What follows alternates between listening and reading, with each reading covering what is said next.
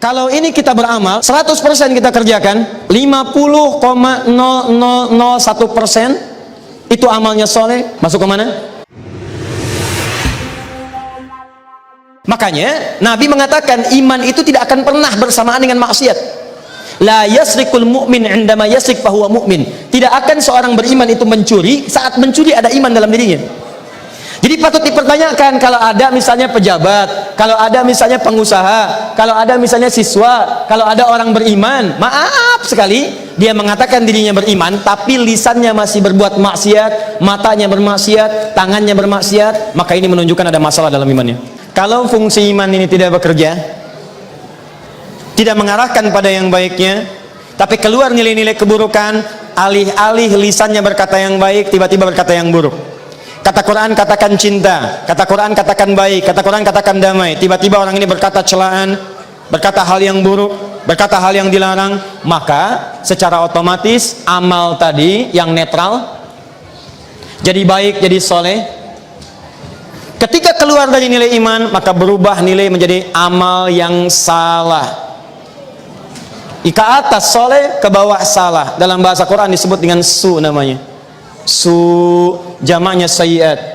Mata dipakai lihat yang salah, telinga dipakai mendengar yang keliru, lisan dipakai berkata yang salah. Maka seharusnya dari kata-kata yang baik berubah jadi kata-kata yang jelek. Maka maaf, amalnya berpindah dari amalan biasa harusnya menjadi soleh menjadi salah. Maka disebut dengan su namanya, jamaknya sayyiat. Dalilnya Quran surah ke-12 ayat 53, paling kiri sebelah atas di mushaf. Bagaimana harapannya dari ketiga ini untuk masuk surga? Sekarang lihat baik-baik. Amal dikerjakan dengan iman jadi soleh, punya nilai pahala. Pahala ini yang jadi bekal ke surga. Jadi kalau anda menginginkan ke surga ke sini, maka transformasi jalannya, amalnya pakai iman, jadikan soleh, punya pahala yang disebut dengan hasanah. Maka anda bisa masuk ke dalam surga. Jelas? Lihat. Amalnya tidak pakai iman, mau amal itu dipandang jelek, kata-kata kasar, pandangan buruk dan sebagainya. Atau yang kedua, maaf, amalnya kelihatan baik, bantu orang, support, bikin bangunan macam-macam, tapi tidak ada nilai iman di dalamnya, nggak diniatkan karena Allah, maka tetap perbuatannya menjadi sayyi dalam pengertian tidak mengandung nilai pahala. Jelas? Jelek. Di sini alih-alih mendapatkan pahala, di sini dosa, maka di sini muaranya neraka. Lihat sini, tadi saya tanya di awal, siapa yang pengen banyak masuk surga, siapa yang ingin surga Firdaus, siapa yang ingin dengan Nabi, anda semua mengangkat tangan. Tapi menariknya ketika saya tanya, siapa yang punya banyak dosa, bahkan fitrah anda mengatakan langsung arahkan tangannya, angkat. Coba lihat, ketika saya tanyakan siapa yang nggak ada dosanya, nggak ada yang angkat tangan satupun. Ketika saya katakan siapa yang punya banyak dosa, tiba-tiba tangannya mengangkat. Dan seketika tanpa dikomando ngangkat tangannya. Yang paling menarik, lihat rumusannya. Bukankah dosa ini berasal dari perbuatan salah?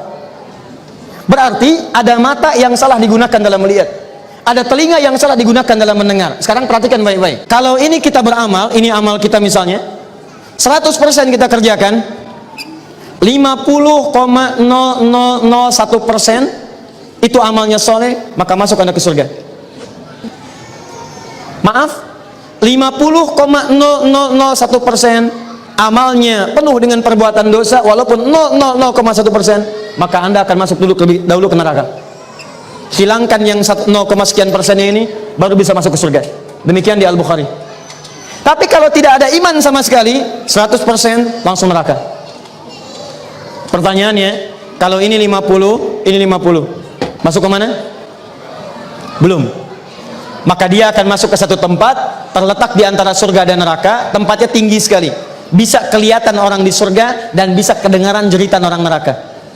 Jadi begitu melihat orang ke surga, ya Allah, pengen ya Allah, pengen ya Allah. Begitu mendengar jeritan orang neraka, tak mampu dia melihat. Jangankan jeritan neraka ya, kalau ibu bapak keluar dari ruangan ini, keluar malam-malam jam 2 malam, tiba-tiba ada suara menjerit dekat pohon misalnya.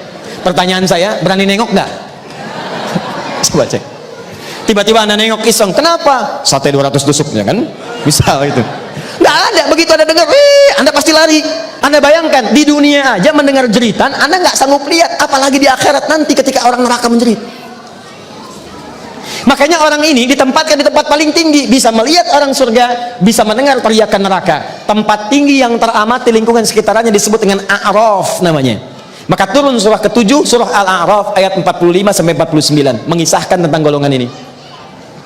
Tinggalnya di A'raf, terus dia bermohon kepada Allah, ya Allah pengen ke surga, pengen ke surga. Begitu memohon, baru kemudian Allah tempatkan dia ke surga. Tapi setelah proses hisab selesai, satu harinya 1000 tahun. Jadi satu detiknya 48 hari. Jadi kalau ada orang dihisab satu detik saja, dia nunggu 48 hari. Sekarang kita sepakat, kita pengen ke surga. Bagaimana cara menggugurkan dosa-dosa yang ini yang mungkin dibawa supaya kesininya lancar? Kemudian bagaimana supaya kita keluar dari proses hisab dengan cepat? Karena jalan ke sini, maaf, ada bypass. Sekarang mohon maaf ya. Ketika saya di imigrasi ada orang-orang yang cepat sekali masuknya. Paspornya lain, begitu masuk. Ada yang nggak di scan, boleh bawa apa saja, silakan masuk. Saya sering kali melihat yang seperti di dunia. Saya katakan besok di akhirat kita akan tertukar. Tapi saya harap kita semua yang berada di sini untuk mendapatkan itu semuanya. Ya, dan itu tidak akan hanya diraih hanya dengan amin. Kita harus keluarkan caranya. Siapa yang pengen surga pertama VIP? Boleh angkat tangan? Oke. Siapa yang VIP? Boleh? Oke. Siapa yang kelas bisnis? Boleh? Ada? Oke, VIP. Siapa yang kelas ekonomi? Boleh? Ekonomi ini prinsipnya yang penting masuk surga usah daripada enggak sama sekali. Oke.